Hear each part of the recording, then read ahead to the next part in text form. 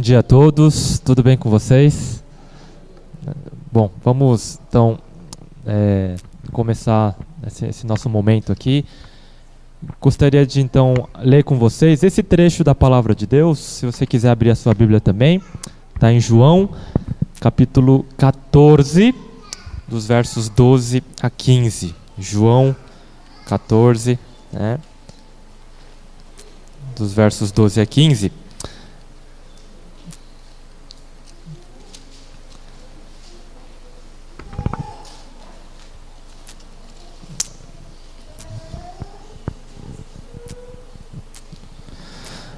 Então vamos ler todos juntos? Em verdade vos digo, que aquele que crê em mim fará também as obras que eu faço, e outras maiores fará, porque eu vou para junto do Pai. E tudo quanto pedirdes em meu nome, isso farei, a fim de que o Pai seja glorificado no Filho. Se me pedires alguma coisa em meu nome, eu o farei. Se me amais, guardareis os meus mandamentos. Amém. Amém.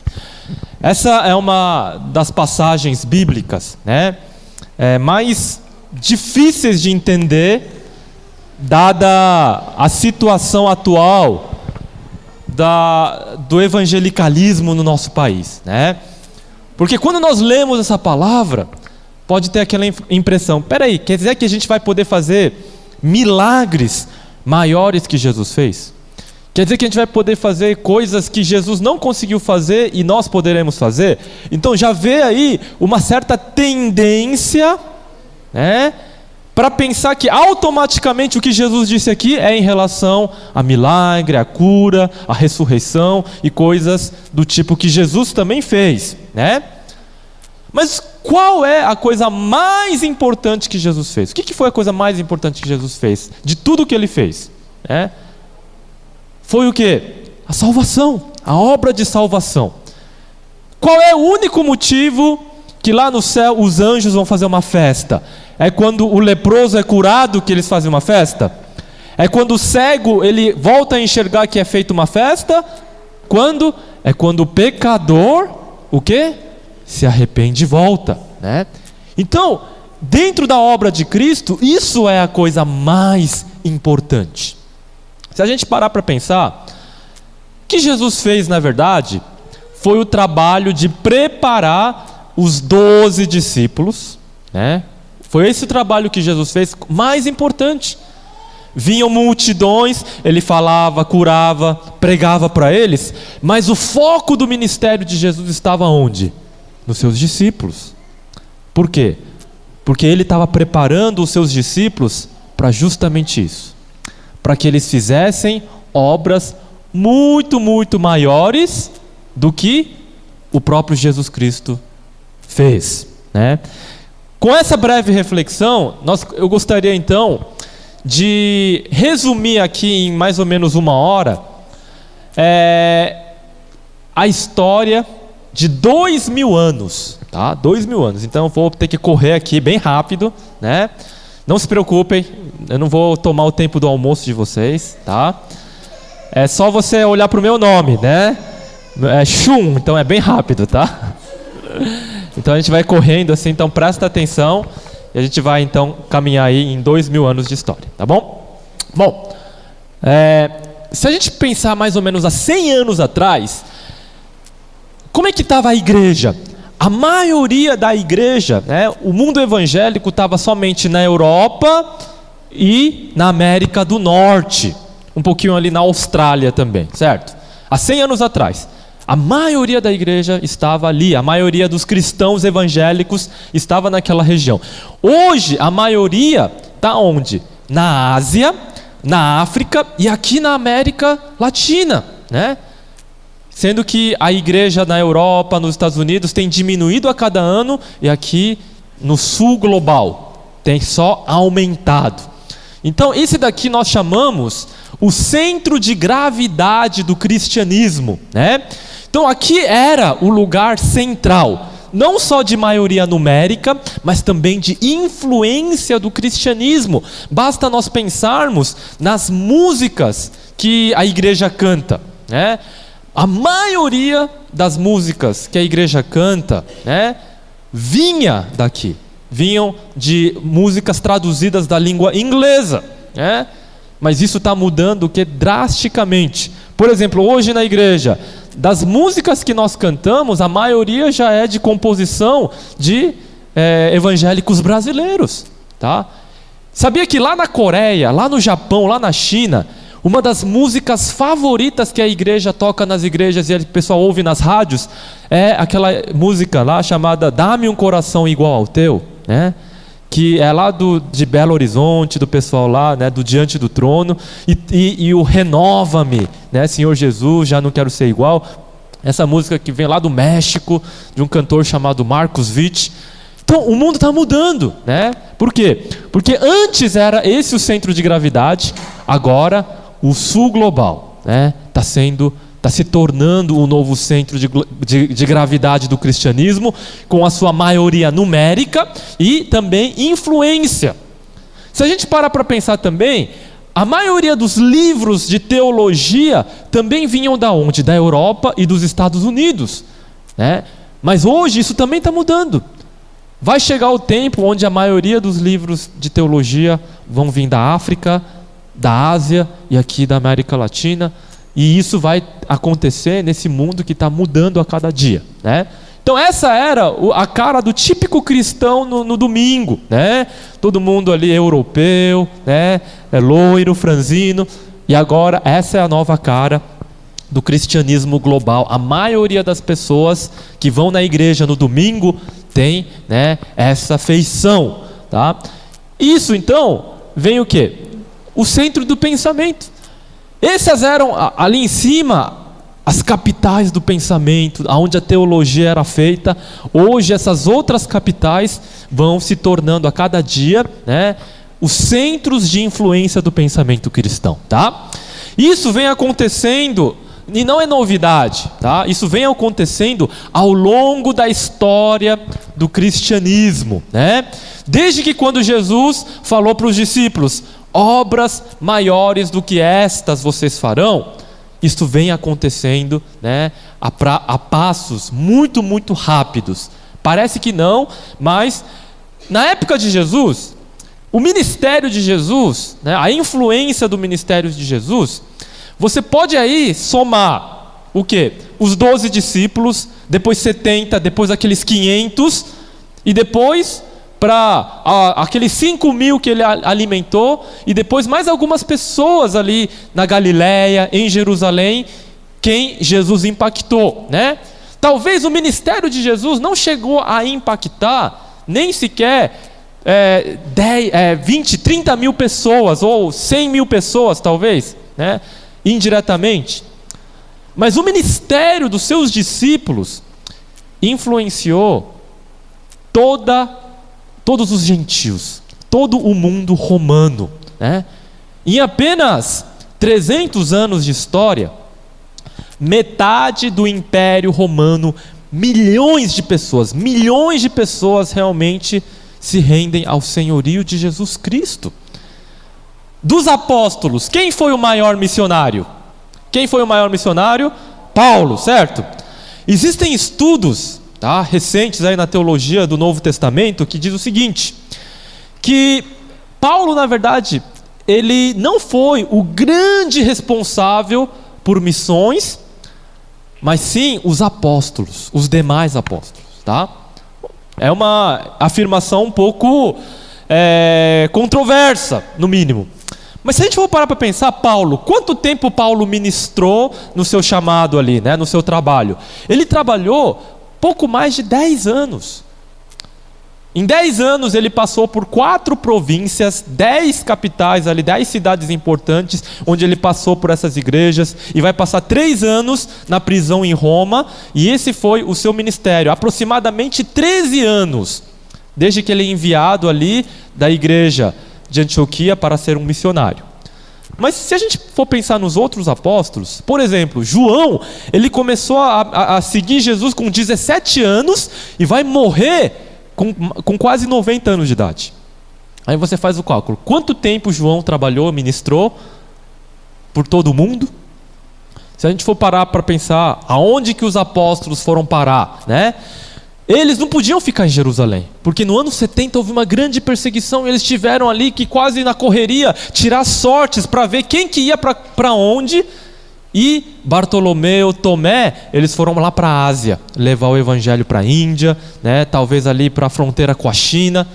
Enquanto outros, como André, como o outro lá que foi eleito lá no final, o Matias, eles foram lá para a África, onde hoje seria a região da Etiópia, e outros foram para o restante da Europa, a Turquia, onde é hoje. Eles se espalharam por todo o mundo, e se a gente for quantificar o trabalho de todos esses apóstolos do Senhor Jesus que espalharam pelo mundo, eles sim foram os grandes responsáveis pela expansão, né, da fé no mundo todo. E foram os discípulos deles que continuaram, e foram os discípulos deles que continuaram a evangelizar, e em 300 anos, mais da metade do Império Romano inteiro, pobres, ricos, nobres, escravos, todos eles já eram cristãos verdadeiros, né?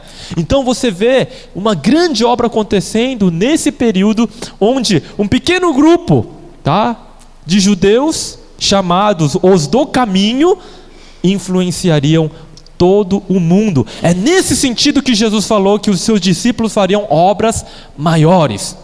Jesus ficou só na Galileia, em Jerusalém, enquanto que os seus discípulos foram até onde? Até os confins da terra levar esse evangelho, né? Então é nesse sentido que as obras deles seriam maiores, tá? Então a gente tem que tirar esse foco nesse evangelho triunfalista, né? Que tudo é vitória, que o crente não fica doente, que na vida do crente não tem sofrimento. Isso é bobagem. Se a gente for olhar para a vida desses apóstolos, todos eles, quase todos eles, morreram uma morte violenta. Pedro, quando estava pregando, ele foi preso, e quando ele ia ser crucificado, ele falou: não sou digno, e ele morreu de ponta cabeça. Muitos deles foram decapitados e mortos, a grande maioria deles. João, na sua velhice, né, não tiveram nem pena dele, ele foi enviado para uma ilha prisão, onde ele iria morrer ali. Deus, né, fez esse trabalho através do sacrifício e do sofrimento, né? E a igreja se espalhou por todo o mundo, né? Bom, por exemplo, nessa foto aqui nós vemos, nessa imagem, a igreja tipicamente ali do primeiro século, né? A arquitetura da igreja é muito importante no seu aspecto cultural, né? Então vocês estão vendo aí a placa da igreja, né? A denominação, tá? A cruz em neon.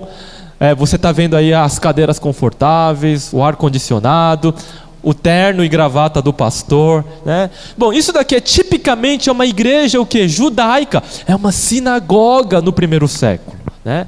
Então a igreja no início era de maioria judaica. As músicas que eles cantavam, por exemplo, na igreja, era também, né, com instrumentos. Os muitos sacerdotes, levitas que se converteram, provavelmente eles viraram o quê? Né? Instrumentistas na igreja. Mas de repente começou a chegar gentios, estrangeiros para a igreja, pessoas diferentes. E aí surgiu um problema. Para esse povo ficar na igreja, ele pode continuar sendo pagão, pode continuar vivendo do jeito que eles vivem, eles não precisam ser circuncidados, eles não precisam guardar o sábado, eles não precisam, né, deixar de comer aqueles alimentos esquisitos que eles comem, né, que a lei de Moisés proíbe. Esse foi o questionamento que foi levantado. Então a igreja se reuniu no primeiro grande concílio de pastores e líderes, né, todos os apóstolos estavam reunidos ali, em Atos capítulo 15. E o problema que surgiu é justamente isso, né, que alguns ali queriam que todo mundo se circuncidasse, né? Imagina o seguinte, né? Imagina que até hoje isso não tivesse mudado. E aí todo homem, em vez de ser batizado, imagina se ele tinha que ser circuncidado, né? Imagina só. Então ia ser um show de horrores, né? Ia ser muito difícil. E mesmo naquela época, sem, né, as condições higiênicas, era perigoso se circuncidar também. Bom, então a decisão que eles tomaram foi essa daqui, ó. Vamos ler juntos? Pelo que julgo eu, não devemos perturbar aqueles que, dentre os gentios, se convertem a Deus. Mas escreve-lhes que se abstenham das contaminações dos ídolos, bem como das suas relações sexuais ilícitas, da carne de animais sufocados e do sangue, né? Bom, ele vai colocar aí que não precisa se circuncidar, não precisa guardar o sábado, nada disso. Mas ele precisa fazer isso daqui. Se ele se converte, um cristão que se converte, ele pode continuar indo na macumba, né, no centro espírita? Não, não pode, né? E a mesma coisa, ele não podia continuar praticando as religiões mágicas daquele período. Segunda coisa, ele não podia viver em relação sexual ilícita. Ou seja, o cristão verdadeiro tem que mostrar arrependimento e mudança de vida. Se um traficante se converte, ele pode continuar naquele tráfico? Claro que não, né? E assim por diante. Mas nesse terceiro ponto, ele fala assim: não pode mais comer churrasco. Aí mexeu com o brasileiro, né? Aí fala, não, aí não dá. Aí não dá para eu virar cristão, porque você não pode comer churrasco. Está na Bíblia, né, irmãos? Né? Mas olha só, por que será que Tiago, o líder aqui na época, antes dele ser morto, ele vai colocar aí, né, essa questão que não pode comer churrasco? É porque uma questão muito importante aconteceu. É uma coisa parecida que acontece lá na Bahia, né? Quando você chega lá na Bahia, tem lá a baiana vendendo acarajé em tudo quanto é esquina. Aí tem lá um punhado de sal grosso na barraca, né? E aquele acarajé todo é consagrado para quem? Para os orixás. Aí o crente pode comer isso? Essa é a questão, né? Será que o crente pode comer isso? Bom, essa é uma dificuldade aí, né, que não é tão difícil. Paulo, depois ele vai escrever, não tem problema, você pode sim comer essas carnes todas, você pode orar a Deus, mesmo que essas carnes todas tenham sido sacrificadas para os ídolos, porque lá na época não existia açougue. Onde que o pessoal ia buscar carne e comprar carne? Nos templos pagãos, né? Mas ele falava assim, não tem problema, se você orar a Deus, né, tá livre, né, de qualquer coisa, você pode comer aquilo, mas cuidado para que isso não escandalize o irmão mais fraco na fé. Imagina se você chega na Bahia, o pessoal está comendo acarajé, o pastor está lá comendo acarajé, aí um irmãozinho que é recém-convertido olha para o pastor e fica escandalizado. Aí fala, não, acho que não tem problema, então eu posso frequentar a Umbanda, né, na sexta e domingo ir na igreja. Esse era o pecado, né? E o que estava acontecendo aqui? Além do pecado do escândalo, as igrejas funcionavam dentro das casas principalmente. E reunião de crente, o que não pode faltar? O que não pode faltar? Comida, né? Quando você vai fazer um acampamento de crente, é o seguinte, você vai ligar lá no acampamento, olha, queria reservar o acampamento aí, esse sítio, mas, peraí, esse evento é de crente? É de crente. Ah, então o preço é dobro, porque vocês comem o dobro, né? É assim que é, tá, gente? Então, não podia faltar comida.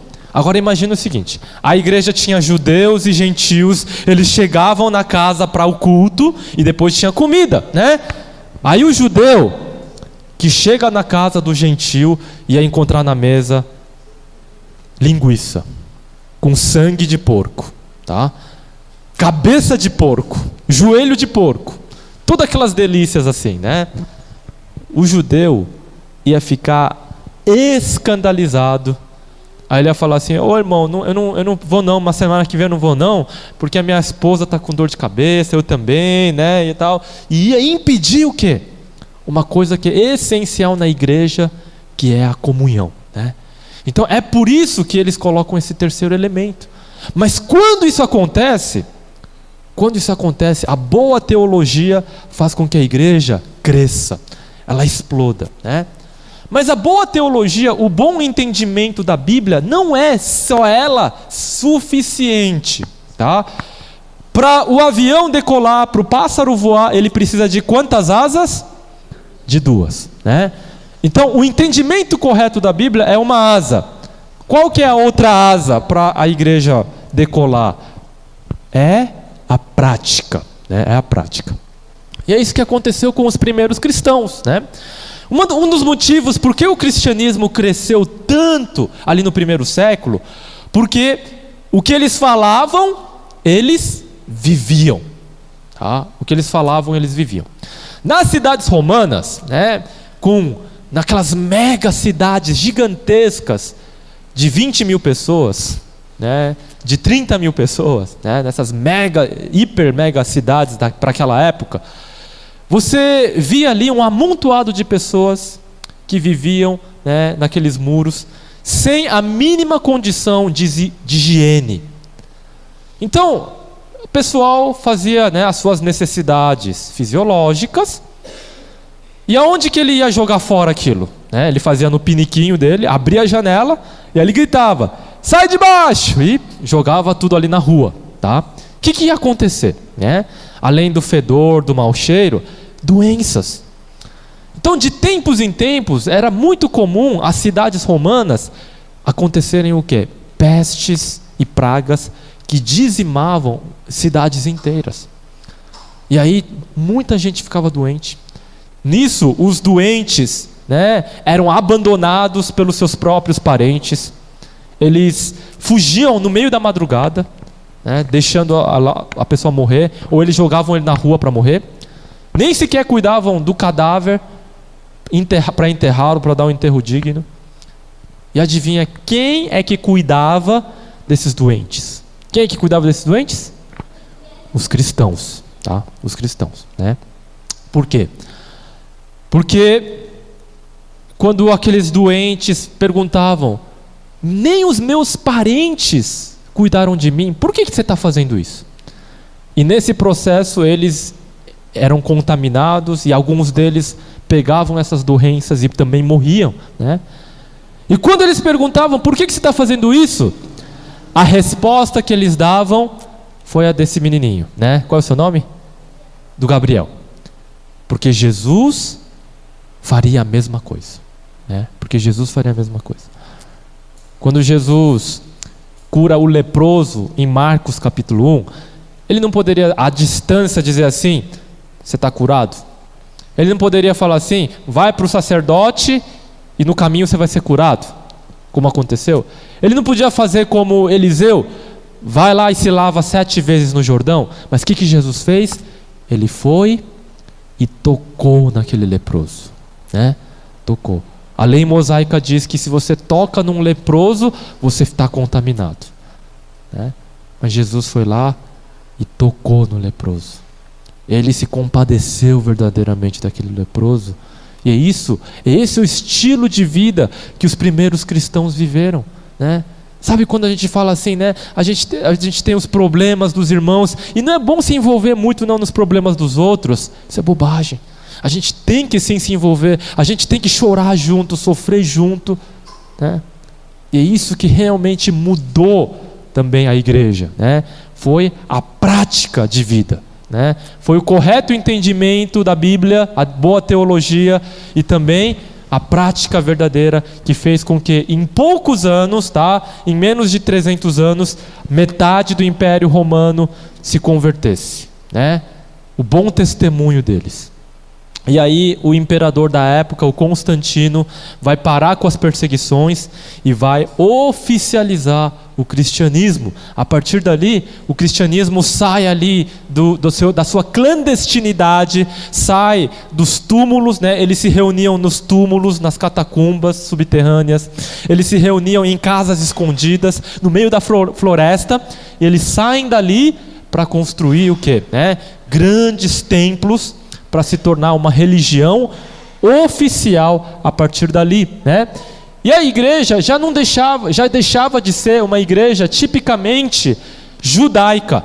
Todos os líderes agora são o quê? Gentios. Todos os pais da igreja, os bispos da igreja, eles agora são do norte da África, são ali da Turquia, são ali de Roma, né? São de Constantinopla.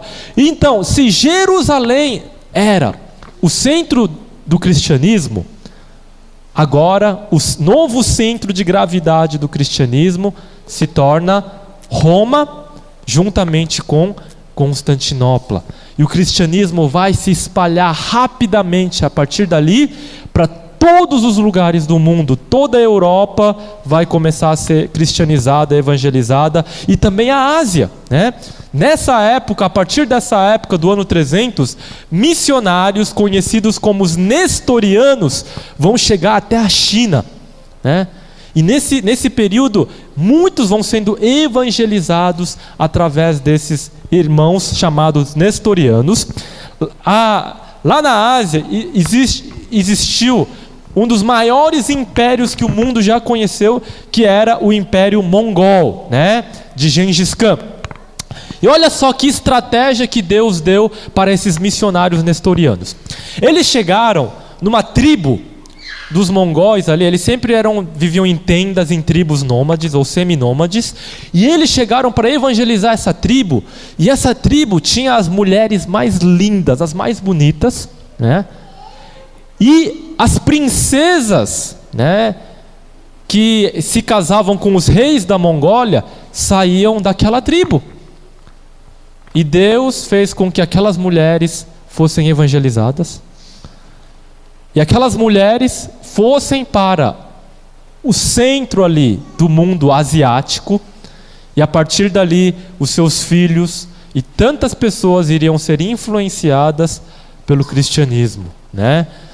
Tem uma história muito interessante, né, que o Kublai Khan, o neto do grande Gengis Khan, vai falar assim para um amigo dele, o Marco Polo: Marco Polo, eu gosto de vocês, dos cristãos, eu quero propor o seguinte: vai lá para o Papa e fala assim, eu quero que vocês enviem para cá 100 missionários, eu vou dar aqui tudo o que eles precisam, condições de trabalho, tudo, né, para vocês virem para cá, 100 missionários, que eles sejam letrados em filosofia, ciências, né, e Bíblia, para você ensinar e enriquecer o nosso povo.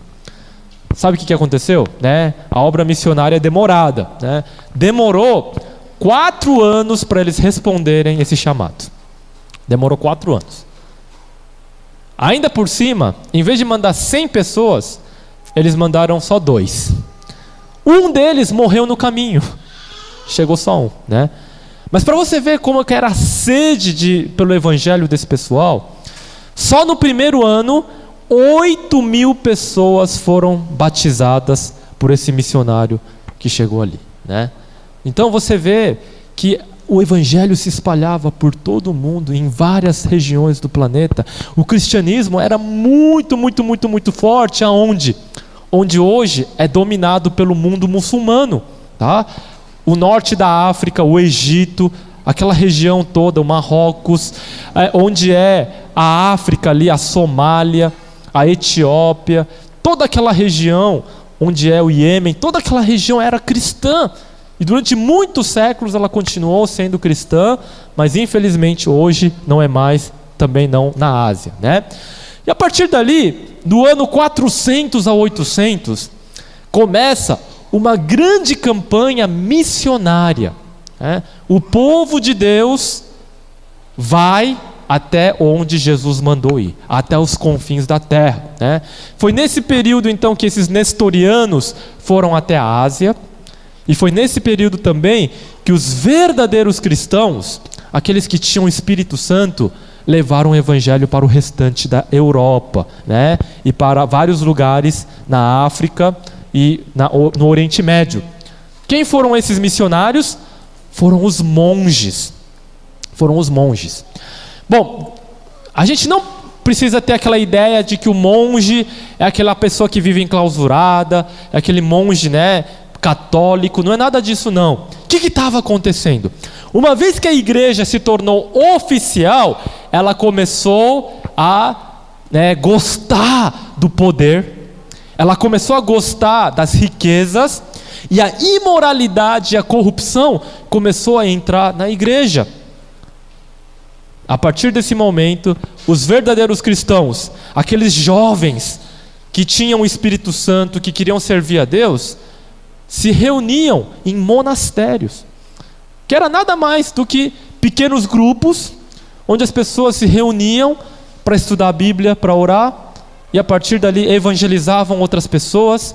E aí esse grupo se dividia, se multiplicava porque crescia, e aí 10 ficavam e 10 eram enviados para uma outra região onde o evangelho não tinha chegado. E assim, dessa forma, o evangelho começou a se espalhar por todo o mundo ainda não evangelizado, né?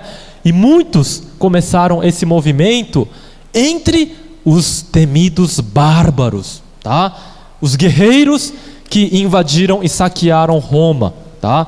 Você vai ver os celtas, os godos e tantas outras tribos aí que estavam espalhadas por todo o mundo, né? Inclusive os vikings. E eles foram ali sendo evangelizados por homens como Ulfilas. Ulfilas foi um dos primeiros missionários. Ele era ali daquela região da Capadócia, onde hoje é a Turquia, né? E lá ele era um comerciante. Logo na infância, ele acompanhava seu pai para fazer comércio, e ele aprendeu a língua e a cultura desses bárbaros. E depois que ele se tornou um missionário, ele começou a segui-los na sua carruagem, e a igreja dele funcionava numa carroça.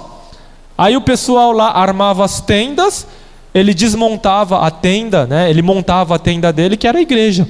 E as pessoas vinham, cultuavam, eram batizadas. E no ministério dele, que durou mais de 40 anos, ele terminou a primeira tradução da Bíblia completa para uma língua, né, fora do latim, tá? Só existia o latim. E a primeira Bíblia traduzida foi na língua ali dos godos, uma tradução muito bem feita, muito criteriosa, tá? Mas que propositadamente eles deixou alguns livros de fora. Livros como o livro de Samuel, livros como o livro de Josué, né? Que falava muito de guerra, tá? Já pensou se eles, né, se animam, né, e continuam aí matando e roubando e tal, né? Ou seja, eles tinham que mudar de vida, né? Então ele propositadamente fez isso, tá certo? Mas o grande missionário desse período, junto com o Patrício, com os nestorianos, foi esse homem chamado Patrício, né? Patrício, ele foi lá para Irlanda do Norte, uma ilhazinha pequenininha lá perto da Inglaterra. Na verdade, ele com 16 anos de idade, ele foi sequestrado por piratas, levado para a Irlanda do Norte, e ali ele trabalhou durante 9 anos como escravo. Mas durante esses 9 anos de muita solidão, muito sofrimento, ele conheceu toda a Irlanda, os lugares e a cultura deles e a língua deles.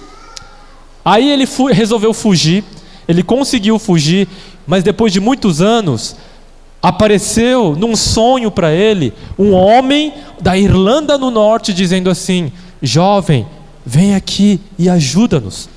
E aí ele entendeu que Deus tinha planejado tudo aquilo para a vida dele, todo aquele sofrimento na vida dele, todas aquelas lutas na vida dele, tinha uma razão, né? Aí ele entendeu o porquê de tudo aquilo, aceitou aquilo como seu chamado e voltou para a Irlanda do Norte como um grande missionário. Em apenas uma geração, ele vai, né, se tornar um dos grandes líderes espirituais, né? Ele chegou, né, de uma forma muito esperta. Existia já uma religião lá chamada dos druidas, né? Ele chegou e se tornou o maior líder druida, o maior líder espiritual. Ele fazia as curas, ele tinha poder nas palavras e muita sabedoria, e se tornou o maior deles. E a partir dali ele fez o que Daniel fez. Daniel na Bíblia é chamado o chefe dos magos, né? O chefe dos magos de Nabucodonosor. Ele não chegou, né, colocando uma nova religião. Ele simplesmente se tornou o maior deles. E a partir dali ele começou a influenciar, e foi isso que ele fez. Ele se tornou o maior deles, e a partir dali essa religião antiga foi desaparecendo, virando algo novo, um renovo, e aí o cristianismo já era a maioria. E não só isso, A partir dali, dessa pequena ilha chamada Irlanda do Norte, nasceu um dos maiores movimentos missionários que o mundo já conheceu. E eles foram saindo dali, né, colocando novos monastérios, novos centros missionários em praticamente todas as ilhas britânicas. Então eles atravessaram o mar, evangelizaram toda a Inglaterra, a Escócia, o país de Gales. Não bastasse isso, eles voltaram para o continente europeu e foram para lugares isolados, como os Alpes belgas, né, congelados. E aqui é um monastério que foi construído aí com pedras, lá da época ali de Patrício, que sobrevive até hoje. E eles voltaram para a Europa e evangelizaram então vários lugares a partir dali, né? Então, os dois grandes movimentos missionários desse período medieval, no início da Idade Média, foi os missionários celtas de Patrício e os missionários nestorianos que foram para a Ásia, né? E a partir dali, várias regiões do mundo todo foram ali alcançadas pelo Evangelho, né? Tem uma história muito famosa também desse período, né, que aconteceu com um missionário chamado Bonifácio. O Bonifácio, ele chegou numa região e estava encontrando muita dificuldade, porque os vikings, eles eram muito fechados na sua religião, né? E os vikings ali tinham um lugar sagrado, onde até mesmo eles faziam sacrifícios humanos, tá? Era uma árvore centenária, gigantesca, e ali eles consideravam, né, um lugar de ligação com os deuses. E quando Bonifácio olhou para aquela idolatria toda, ele se indignou e resolveu fazer um confronto. Ele fez um desafio. Ele pegou um machado e falou assim, ó: eu desafio os deuses de vocês. Se o meu Deus é mais poderoso e mais forte, eu vou conseguir cortar essa árvore que para vocês é sagrada. Se os deuses de vocês são mais poderosos, eles vão me impedir, eles vão mandar um raio, sei lá, e vão me impedir.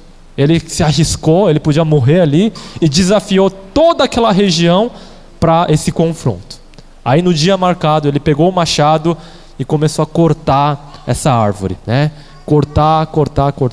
Já pensou se Bonifácio estivesse fora de forma?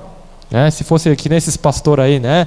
Tudo fora de forma, assim, né? Ele ia dar algumas machadadas, ia cansar, né? Ter um ataque do coração, sei lá, ele ia sair derrotado, né? Mas olha só como a forma física também é importante. Ele foi lá, conseguiu cortar a árvore, demorou quase um dia inteiro. E aí, quando essa árvore caiu, diz a lenda, tá? E é uma lenda, né? Que estava lá nos livros, que essa árvore se partiu em 4 pedaços, formando uma cruz, né? Mas essa parte é uma lenda, tá? Mas o fato é o seguinte, que ele vai pegar o tronco dessa árvore, as toras dessa árvore, e vai construir com ela o primeiro lugar de culto entre os vikings, né? E essa árvore sagrada se chamava o Carvalho de Thor, né? O Thor, que é aquele deus trovão, o deus aí que está nos desenhos, nos filmes aí, né, da Marvel recentemente, né? E essa ideologia pagã hoje em dia está voltando, né? O cristianismo já tinha derrotado isso, mas agora isso tudo está voltando através dos filmes. Está voltando na Europa a adoração ao deus Thor, ao deus Odin e assim por diante, né? Então isso é uma tristeza muito grande que está acontecendo, tá? Bom, o que os monges faziam? Eles usavam 3 coisas aí. Primeira coisa que eles faziam são esse sistema de pequenos grupos de discipulado. Os monastérios tinham essa função de fazer com que as pessoas entendessem o cristianismo, né? Muitas pessoas eram batizadas ali naquela época de forma assim muito nominal, sem entender muitas coisas. Mas aí que os monges educavam aquelas pessoas, usavam a educação, então, aprendendo as letras, ensinando a Bíblia, e a partir dali, né, havia uma mudança profunda na sociedade também. E todas aquelas tribos bárbaras viviam da guerra, da pilhagem. Eles tinham que mudar, né, de vida. Então a maneira que eles encontraram foi a agricultura, né? Por isso que os monges são tão bons nessa questão da agricultura. Quem se lembra, né, de um monge chamado Mendel, que foi o pai da genética? Ele pegou as ervilhas, fez aqueles cruzamentos todos. Isso vem dessa tradição. Então era preciso dar uma resposta também. Imagina você chega como missionário na Bolívia, no Peru, e aí você vai pregar o evangelho entre plantadores da folha de coca. Aí eles que usam essas plantas como matéria-prima para a produção de drogas. A pessoa tem que mudar de vida, né? E aí o missionário que vai trabalhar nessas regiões, ele precisa também levar consigo um plano econômico. Você vai para a favela e vai pregar o evangelho, você também precisa de o quê? De um plano econômico para que as pessoas mudem de vida, saiam dessa situação. Uma das igrejas que Pinheiros plantou lá em São Paulo fica numa favela, né? E esse trabalho começou com alguns irmãos da igreja. Depois do culto da manhã, da escola dominical, eles saírem ali à tarde, fazendo um trabalho só com as crianças. Aí depois de 10 anos, aquelas crianças, né, que tinham ali 7 anos, 8 anos de idade, se tornaram jovens. E esses jovens ganharam bolsas de estudo completamente gratuitas na faculdade, né, da nossa denominação. E aí eles se formaram hoje. E muitos ali continuam ali para fazer esse trabalho de evangelismo, melhoraram de vida consideravelmente, e outros já saíram dessa favela, ou eles mesmos começaram um movimento de revitalizar aqueles locais para se tornar um lugar muito melhor, né? E Deus tem feito isso também ao longo da história, tá? É isso que os monges ali fizeram, né? Infelizmente, há aí um momento aí obscuro na história, que foram as cruzadas, né? E por causa das cruzadas, os muçulmanos, que hoje é a maior religião do mundo, ainda odeiam os cristãos até hoje, né? Então, as cruzadas foi a maneira que a igreja católica, corrupta e com o falso entendimento da Bíblia, entendeu que era fazer evangelismo. Então eles queriam dominar militarmente, né, e simplesmente forçar a religião em cima deles, enquanto que outros missionários e líderes nesse período falaram: não, a gente não tem que conquistar o seu território, mas nós temos que conquistar primeiramente os seus corações. Só que essa opinião não prevaleceu, e a maioria foi para a guerra, né? E aconteceram todas aquelas tragédias e abusos. Mas nesse período, a gente precisa, né, comentar o que esse monge, o Francisco de Assis, ele fez de bom, né? Ele tinha um monte de ideias erradas, mas uma coisa boa que ele fez foi o seguinte: ele levou lá a palavra para o sultão, para o comandante das tropas. Ele chegou lá e falou assim, né? Ele pediu uma audiência. E por causa da dificuldade linguística também, ele acho que não conseguiu direito, mas ele passou 2 semanas inteiras tentando convencer o sultão que o cristianismo não era essa religião da violência, da guerra, era uma religião do amor, da paz. Só que ele não conseguiu aí convencer, porque o estrago já tinha sido feito, né? E ficou por isso mesmo, e a gente viu aí a consequência disso. Até hoje, no mundo muçulmano, você tem muita dificuldade em ter o cristianismo ali, né? Bom, a partir daí nós conhecemos a história da reforma, como, né, os reformadores também foram grandes missionários. Eles trouxeram, levaram o evangelho por toda a Europa e trouxeram aqui para o Brasil em 1533, desculpa. E outro grande missionário do período aí foi um homem chamado Zinzendorf, tá? Então, no período aí no ano de 1700, a Europa então vivia um esfriamento espiritual, tá? Depois da reforma, depois de 200 anos que a reforma tinha acontecido e o evangelho estava tendo um grande renovo, havia um esfriamento, e a partir dali um novo movimento de oração, de intercessão começou a acontecer na Alemanha, né? Dentro das universidades. E um dos influenciados por esse movimento foi esse homem nobre chamado o Conde Zinzendorf.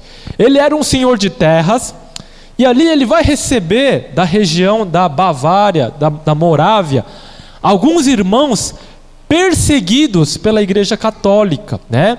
Eles eram discípulos de um grande pré-reformador chamado John Huss, e esses irmãos estavam sendo perseguidos e se refugiaram nos domínios, nas terras de Zinzendorf. Ali eles trabalhavam, mas eles eram muito crentes e começaram a orar constantemente, e essa reunião de oração não parava, né? O pessoal ficava lá orando, uns iam trabalhar, aí terminava o trabalho, eles voltavam para orar, e essa reunião de oração começou a ficar uma reunião ininterrupta, 24 horas no dia. Às 3 da manhã tinha gente orando, louvando a Deus, ouvindo a palavra. Às 4 da manhã, às 5, o dia inteiro tinha gente. E essa reunião de oração vai durar mais de 100 anos, sem parar. E a partir dali vai acontecer um grande avivamento, né? E não é aquela coisa assim, né, das pessoas rolarem no chão, né, ficar imitando animal, dando aquelas gargalhadas, não. Eles vão dizer nos livros de história que o avivamento que aconteceu ali foi algo muito silencioso, foi algo profundo, uma sensação, né, de indignidade, de imerecimento, uma sensação de profunda tristeza por causa do pecado. E a partir dali houve uma renovação, e esses cristãos ali começaram um dos maiores, né, um dos grandes movimentos missionários, e eles foram levar o evangelho de 2 a 2, em famílias inteiras, né? Espalharam-se por todo o mundo. Eles foram para o sul da África, eles vieram aqui para a América Central, né? Num dos países ali, nas Antilhas, onde eles plantavam cana-de-açúcar, as pessoas ali não permitiam que as pessoas entrassem ali, né? Somente quem era escravo, trabalhador ali. Então teve um grupo de pessoas que falou assim: para levar o evangelho, eu vou me vender como escravo e trabalhar ali para evangelizar as pessoas. Eles chegaram a esse ponto, e muitos jovens ali, né, sem nada, sapateiros, pessoas muito simples, começaram a abrir negócios em várias partes do mundo, e ali eles se autossustentavam, levando a palavra, e esse movimento também levou a palavra para vários lugares, né? Esse movimento foi uma bênção, mas ele teve um defeito, né? Aí é uma crítica para a gente pensar. Esse movimento focou principalmente no evangelismo pessoal. Eles iam, evangelizavam as pessoas, né? E ficava nessa questão só de evangelizar as pessoas. E o que eles falharam? Eles não plantaram igrejas, né? Você não vai ver por aí, né, uma igreja dos morávios. Raramente você vai encontrar uma igreja dos morávios. Por quê? Porque esse não foi o foco deles. Então eles evangelizaram muitas pessoas, mas isso não teve continuidade.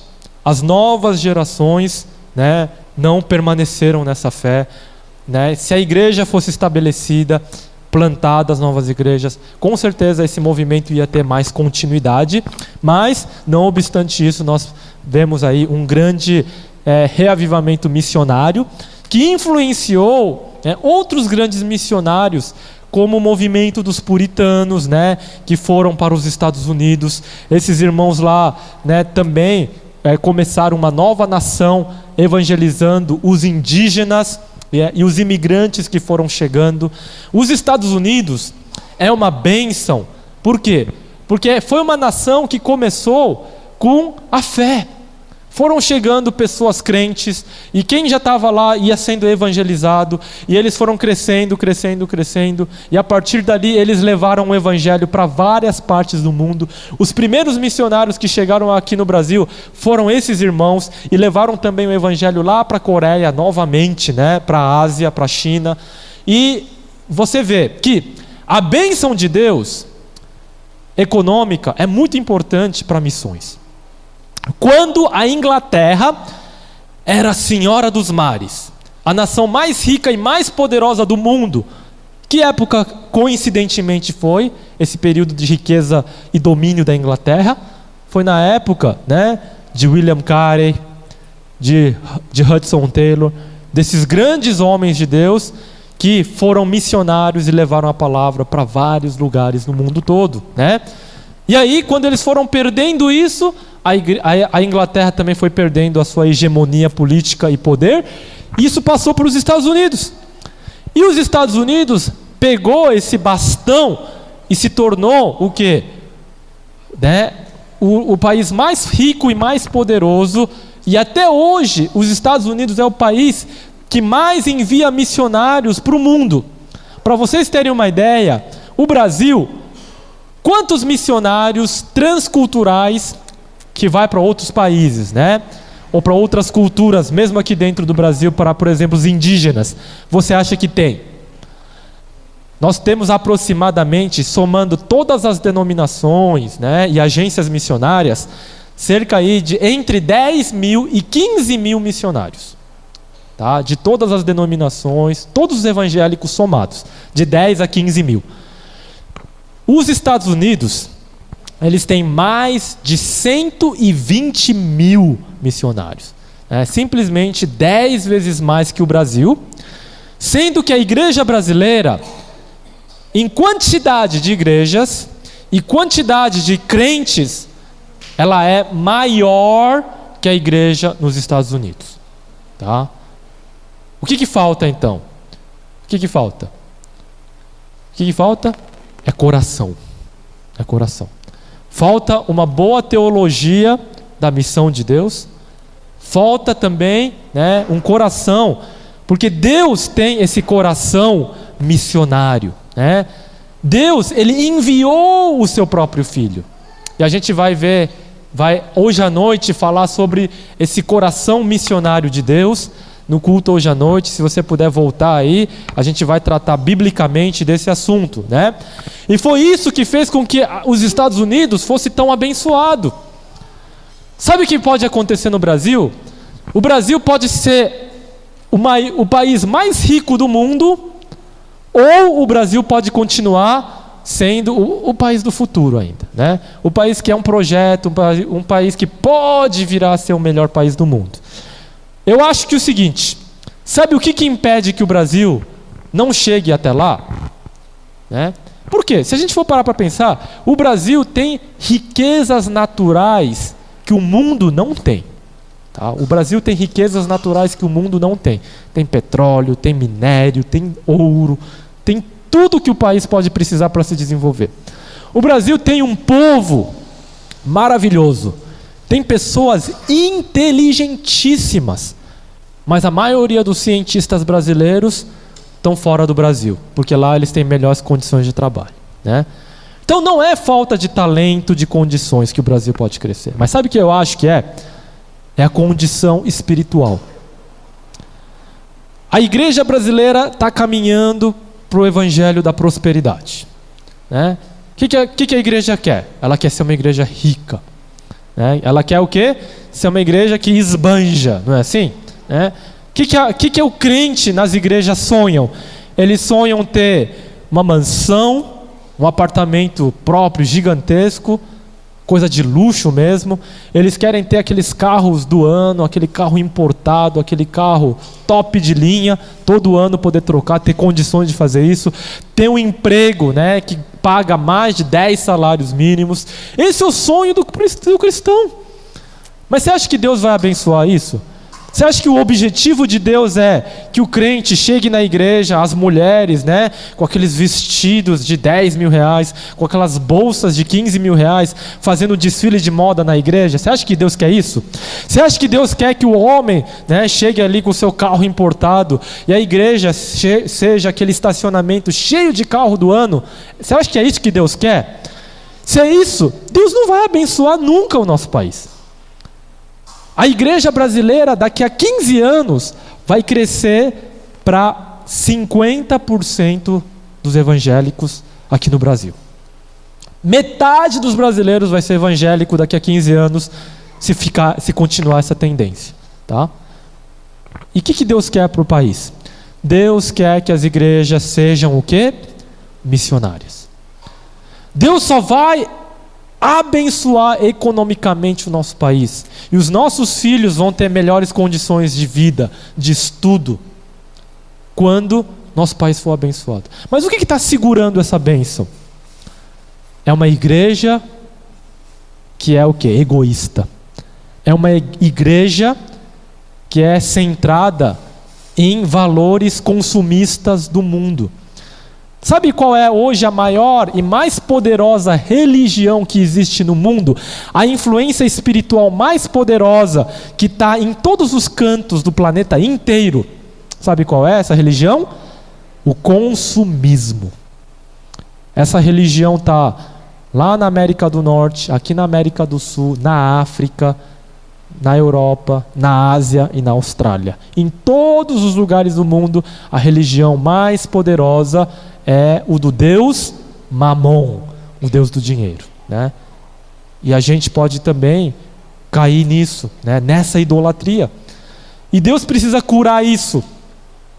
E a cura para isso é uma visão missionária da igreja correta. O que a gente vê ao longo da história, né? Ao longo da história, Deus... O que ficou para a história? Ficou para a história a igreja das grandes catedrais? Ficou para a história a história de riquezas, de líderes que ficaram muito importantes? Não. Ficou para a história o sacrifício de líderes, de missionários e de irmãos que levaram o evangelho por todo o mundo. Essa é a história que ficou. Porque lá na Europa, as grandes catedrais viraram museus, viraram lugares de visitação de turistas ou viraram bares. Grandes catedrais na Inglaterra hoje são bares, né? O pessoal usa aquela arquitetura histórica para beber cerveja, para beber, né, bebida alcoólica. É isso que virou, né? Então, a solução para a nossa igreja, eu já estou terminando aqui, é isso. Nós precisamos entender o que Jesus Cristo está fazendo no mundo. E o que Jesus está fazendo no mundo é isso, né? Jovens missionários que levaram o evangelho por todo o mundo, e eles levaram a palavra para a África, para a Ásia e aqui para a América, né, do Sul, Central. Nós somos fruto do sacrifício de jovens como Simonton, que morreu, né, aqui no Brasil, com menos de 30 anos de idade. Ele vai trabalhar só 9 anos e vai morrer aqui, dando a sua vida por esse país, né? Então, é essa história de Deus que nós devemos continuar. Quando Jesus falou lá em João que obras maiores do que estas nós faríamos, ele se refere justamente a isso. E por menor que seja uma igreja, nós, né, devemos ser fiéis a Deus. No mundo existem aí cerca de 16.650 povos. E desses daí, 7.000 ainda não ouviram o evangelho. Tá? Então, 43% da população nunca ouviu o evangelho, né? Então, quase 3 bilhões de pessoas ainda não ouviram o evangelho. Então, deixa eu dar um exemplo. Olha esse povo aí, lá na Mongólia. A Mongólia lá atrás tinha muitos cristãos, né? Mas todos eles, os cristãos foram perseguidos e mortos, e o cristianismo desapareceu. E hoje tem 0,02% de evangélicos entre essa tribo nômade, né? Entre tantas outras. Olha esse povo, Aimak no Afeganistão, que não tem nem sequer um evangélico sequer, e não tem nenhum missionário que está trabalhando no meio deles. Não tem nenhum convertido que está pregando o evangelho para outro ali. Eles vivem nas trevas, tá? Enquanto nós temos todas as condições de ouvir o evangelho, eles não têm, né? E aqui no Brasil, né, o nosso sonho é que cada igreja evangélica aqui no Brasil envie um missionário, um jovem, um casal jovem, uma família, para ir para um país desse, para um canto desse, para um povo ainda não alcançado pelo evangelho. A minha oração é que a igreja presbiteriana aqui de Penápolis envie aqui, né, um desses meninos aqui, quem sabe, quando eles crescerem, forem discipulados, amarem mais a Jesus do que a si mesmo e obedecerem os mandamentos de Jesus, que disse: ide até os confins da terra, né, e fareis assim obras maiores do que Jesus fez. Quando isso acontecer, essa igreja vai ter se tornado uma igreja verdadeiramente missionária, né? A igreja já pode começar fazendo isso. Olha lá a lista de missionários ali, né, que nós temos. Você pode investir, a igreja pode investir R$100 que seja, mas não é o valor que é importante. Se você adota um desses missionários como seus parceiros, você vai orar por esses missionários que estão em alguns lugares perigosos e isolados pelo evangelho. E quem sabe futuramente Deus vai levantar um filho dessa igreja, né? O Joãozinho aqui, né? O Gabriel aqui, quem sabe, que você vai ver ele crescer aqui, e a igreja vai poder orar por um filho dessa igreja que vai levar o evangelho da palavra de Deus para um lugar sem esperança, né? E assim nós continuaremos com essa história maravilhosa que Jesus Cristo continua fazendo. Que obras maiores nós faríamos. Que Deus abençoe a todos. E parabéns aí por essa igreja que faz anos, né? 4 anos de vida. Deus abençoe.